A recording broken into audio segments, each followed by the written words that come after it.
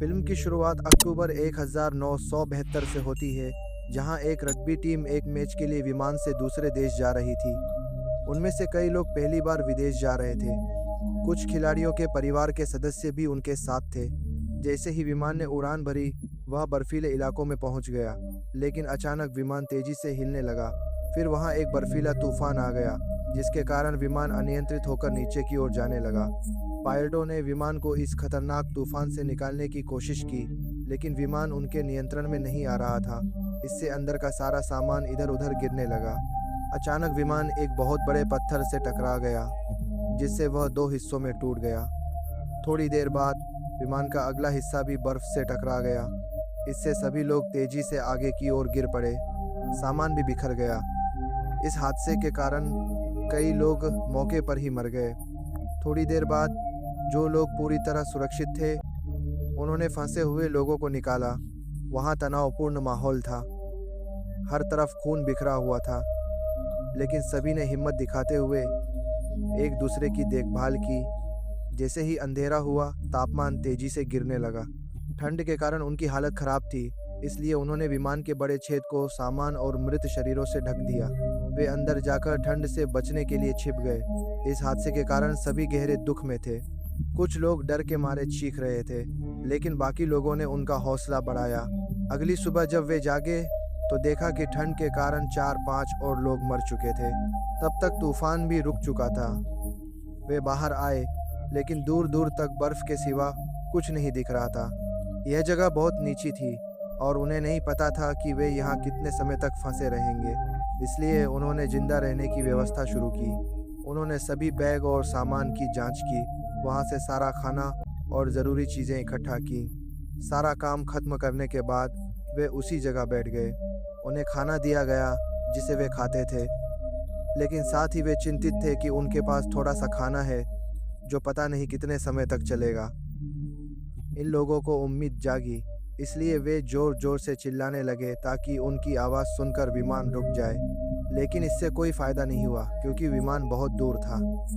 अब तीसरे दिन की नंदो को होश आया। नंदो की हालत बहुत खराब थी। उसका चेहरा भी बिगड़ गया था। फिर भी वह जल्दी से अपनी बहन के पास जाता है। उसकी बहन की हालत भी बहुत खराब थी।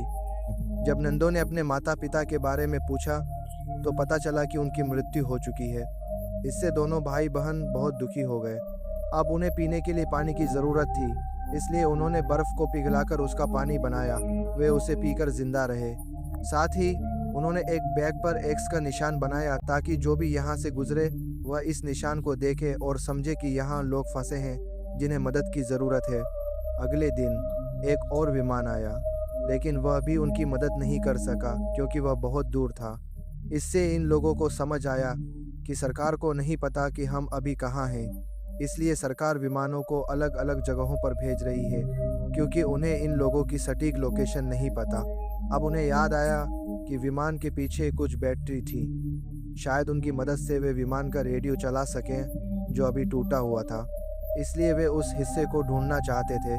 जैसे ही वे थोड़ा ऊपर गए, उन्होंने देखा कि जहां उनका विमान नष्ट हुआ है, वह जगह यहाँ से दिखाई नहीं देती। यही कारण था कि कोई विमान उन्हें नहीं देख सका। जाहिर है, इस वजह से कोई उनकी मदद के लिए नहीं पहुंच सकता था। अब ऊपर की बर्फ पिघलने लगी, इसलिए वे वापस लौटने का फैसला करते हैं। ऐसे ही दिन बीतते गए। एक हफ्ते बाद उनका सारा खाना खत्म हो गया। इस इलाके में कोई जानवर नहीं थे, न ही कोई पेड़ पौधे जिन्हें वे खाकर जिंदा रह सके। इसीलिए वे चट्टानों पर पड़े पत्थर खाने लगे, लेकिन उनका स्वाद भी बहुत कड़वा था। नंदो भूख से तंग आकर कहता है कि अगर मुझे मृतकों का मांस खाना पड़े तो मैं वह भी खाऊंगा। कुछ लोग इसके लिए सहमत हुए, जबकि कुछ ने इस पर बहस की। समय के साथ उनकी भूख इतनी बढ़ गई कि वे अपने जूते, उनकी फीतियाँ, यहाँ तक कि सिगरेट भी खाने लगे। अगली सुबह नंदो ने देखा कि उसकी बहन भी मर चुकी थी। वह बहुत दुखी हुआ कि माता पिता के बाद आज मेरी बहन भी चली गई। यह देखकर एक लड़का बहुत दुखी हो गया। वह अपने माता पिता के लिए एक पत्र लिखता है। अब 21 दिन बीत चुके थे। कुछ लोग भूख के कारण पागल हो रहे थे। वे कुछ भी खाने को तैयार थे, इसलिए बाकी लोगों ने उन्हें मृत शरीर खाने की इजाज़त दे दी। फिर कुछ लोग बाहर गए, वे मृतकों का मांस खाने लगे और अब केवल 5 लोग बचे थे जो मृतकों का मांस नहीं खाना चाहते थे, क्योंकि उनका मानना था कि हम नरभक्षी कभी नहीं बनेंगे, बल्कि मरना पसंद करेंगे। थोड़ी देर बाद उन्हें बर्फ में एक बैग मिला। जब उन्होंने अंदर देखा तो उन्हें एक रेडियो मिला। उन्होंने अपनी बुद्धि का उपयोग करके वहां एक एंटीना बनाया और जब उन्होंने रेडियो सुना तो पता चला कि सरकार ने उन्हें ढूंढने के लिए 60 से ज़्यादा विमान भेजे थे, लेकिन कोई भी उन्हें ढूंढने में कामयाब नहीं हुआ। इसीलिए सरकार ने समझ लिया कि विमान नष्ट हो गया और सभी लोग मर गए। यह सुनकर वे बहुत दुखी हुए। यहाँ उनका हौसला जवाब दे रहा था। अब बचे हुए 5 लोगों को भी मांस खाकर जिंदा रहना पड़ा, क्योंकि यह सुनने के बाद अब सभी लोगों को पता था कि कोई हमें बचाने नहीं आएगा। थोड़ी देर बाद, थोड़ा चलने के बाद उन्हें एक टूटी हुई झोपड़ी मिली। कुछ शव भी चल रहे थे। क्योंकि रात थी, उन्होंने सोने की कोशिश की, लेकिन वे सो नहीं सके, क्योंकि पूरी रात वहाँ बर्फीला तूफान चलता रहा। अगली सुबह जब वे जागे तो वे पूरी तरह बर्फ से ढक गए थे। अब वे जिंदा तो थे, लेकिन हालत बहुत खराब थी। एक को दिखाई नहीं दे रहा था, जबकि बाकी बहुत कमज़ोर थे। इसीलिए अब चारों झोपड़ी में बैठकर नीचे वापस आ गए। यह भयानक दृश्य देखकर जो लड़का अभी तक मांस नहीं खा रहा था, वह भी चुपके से मांस खाने लगा।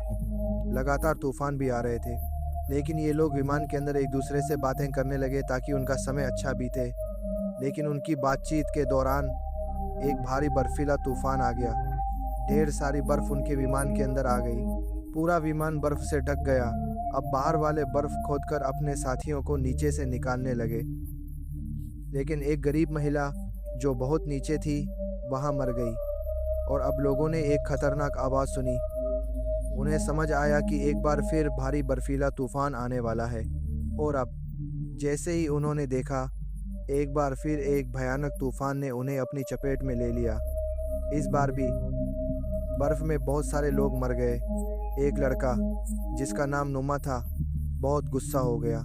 बेकाबू होकर वह विमान की खिड़कियां तोड़ने लगा, जिससे ज़्यादा फायदा नहीं हुआ, लेकिन एक कांच का टुकड़ा उसके पैर और टांगों में चुभ गया। लेकिन फिर भी वह नहीं रुका, उसका हौसला नहीं टूटा। वह ऐसे ही बर्फ तोड़ता रहा। फिर 20वें दिन उसने वहां एक छेद बना दिया, जिसके जरिए बाकी लोग बाहर आए। बाहर आने के बाद वे एक दूसरे से मिले। इस खुशी में नुमा ने देखा कि मेरे पैर का कट मुझे वहां दर्द नहीं दे रहा, क्योंकि उसका पैर ठंड से पूरी तरह सुन्न हो गया था। धीरे धीरे मौसम बदला और वे पूरे विमान पर बर्फ तोड़ने में कामयाब हो गए। अब एक बार फिर उन्होंने बाकी लोगों को मदद के लिए भेजने का फैसला किया, लेकिन कुछ लोग जो पहली बार पहाड़ पर गए थे, उनकी हालत अभी भी बहुत ख़राब थी। एक के फेफड़े में पानी भर गया था और उसे सांस लेने में तकलीफ हो रही थी। इसलिए सभी ने मिलकर उसे CPR दिया, यानी उसे सांस देने की कोशिश की, लेकिन इसका कोई फ़ायदा नहीं हुआ। नतीजतन वह भी मर गया और जो पत्र उसने अपने माता पिता के लिए लिखा था, उसे भी संभाल कर रखा गया। 36वें दिन जैसे ही मौसम खुला, नुमा और उसके साथी ढेर सारे कपड़े पहनकर मदद के लिए निकल पड़े। लेकिन रास्ते में नुमा गिर गया क्योंकि उसका पैर बहुत दर्द कर रहा था। जब बाकी लोगों ने जांच की तो देखा कि उसके पैर का घाव बहुत गहरा हो गया था। इसीलिए उन्होंने नुमा को वापस ले जाने का फैसला किया, लेकिन उसने जवाब दिया, नहीं दोस्तों, तुम लोग आगे जाओ, मैं खुद वापस चला जाऊंगा।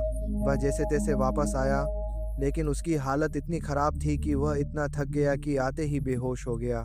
जबकि जो लोग मदद के लिए आगे बढ़ रहे थे, वे यह देखकर बहुत खुश हुए कि विमान का आखिरी हिस्सा हमारे सामने पड़ा है, जिसे उन्होंने आखिरकार ढूंढ लिया।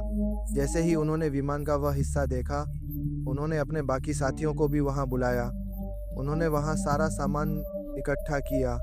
वहां ढेर सारे साफ कपड़े, खाना और बहुत सारी चॉकलेट थी। उन्हें वहां वे बैटरी भी मिली, जिन्हें उन्होंने विमान में लगाकर रेडियो के जरिए सिग्नल भेजने की कोशिश की।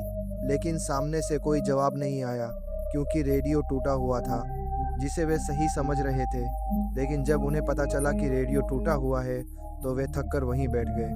नुमा का घाव भी दिन ब दिन बिगड़ता जा रहा था, जो उसके पूरे शरीर में फैल गया था। अब नुमा को एहसास हुआ कि मेरे पास ज़्यादा समय नहीं है, मैं जल्द ही मर जाऊंगा। इस बार उन्हें विमान के पीछे से एक बड़ी वाटरप्रूफ चादर मिली जिसमें पानी नहीं जा सकता था। इसीलिए उन्होंने उसे जोड़ा और किसी तरह एक बड़ा स्लीपिंग बैग बनाया जिसमें वे आसानी से सो सकते थे। फिर उन्होंने छोटे रेडियो पर खबर सुनी कि हालांकि वे यहाँ 58 दिनों से फंसे हैं, लेकिन वायुसेना अभी भी एक आखिरी विमान भेज रही है ताकि अगर ये लोग जिंदा हों तो वायुसेना उन्हें ढूंढ ले। ये सुनकर कुछ लोगों ने कहा कि हमें मदद के लिए ऊपर जाना होगा। अब नुमा ने उनसे बहुत दुखी आवाज़ में कहा कि मेरी बात सुनो दोस्तों, अगर मैं मर जाऊं तो मुझे खा लेना, क्योंकि अगर तुम में से कोई भी जिंदा रहा तो मेरी मौत और हमारे बाकी दोस्तों की मौत बेकार नहीं जाएगी। यह कहते ही वह मर गया। उसके हाथ में एक नोट था जिस पर लिखा था, दोस्तों मैं तुम्हारे लिए अमर हो गया हूँ, यानी मरने के बाद भी मैं जिंदा हूँ। उसकी बातें सुनकर सभी बहुत दुखी हुए, लेकिन साथ ही उनमें हौसला भी आया। उसके कुछ साथी फिर से मदद के लिए निकल पड़े और अब वे आखिरकार पहाड़ की चोटी पर पहुंच गए। लेकिन उन्हें यह देखकर बहुत आश्चर्य हुआ कि अभी भी आगे लंबा रास्ता है, इसीलिए वे यहाँ बैठकर सोचने लगे। उन्होंने यह भी सोचा कि हम वापस चले जाएं, लेकिन क्योंकि वे अपना हौसला नहीं छोड़ना चाहते थे, उन्होंने फिर भी आगे बढ़ने का फैसला किया। अब उनकी मेहनत रंग लाई, क्योंकि थोड़ी दूरी चलने के बाद उन्हें एक साफ पानी की नदी मिली जिससे उन्होंने खूब पानी पिया और अपनी प्यास बुझाई। फिर अचानक उन्होंने एक आदमी को घोड़े पर सवार देखा जिसे देखकर वे खुशी से पागल हो गए। वह मदद के लिए वह आदमी उनकी बात समझ नहीं सका, इसलिए उसने उनके पास एक कागज और पेन फेंका। फिर उन्होंने अपनी पूरी कहानी लिखी और उससे मदद मांगी। वह आदमी तुरंत उस कागज को लेकर शहर गया और उसे अधिकारियों को दे दिया। फिर वायुसेना की चुनाव टीम को तुरंत इस बारे में सूचित किया गया ताकि वे उनकी मदद के लिए जाएं। अब वह आदमी फिर से नंदू और उसके दोस्त के पास आया। वह उन्हें अपने घर ले गया और उन्हें खूब सारा खाना खिलाया। थोड़ी देर में पूरा इलाका पत्रकारों से भर गया जिन्होंने उनसे ढेर सारे सवाल पूछे। अब उनके साथी जो बर्फीले पहाड़ों में फंसे थे ने भी रेडियो के जरिए यह खबर सुनी। जब उन्हें पता चला कि हमारे लिए मदद भेजी जा रही है तो उन्होंने अपने हाथ धोए और सारा सामान पैक किया था। इसी के साथ एक कहानी यहीं पर ही ख़त्म हो जाती है।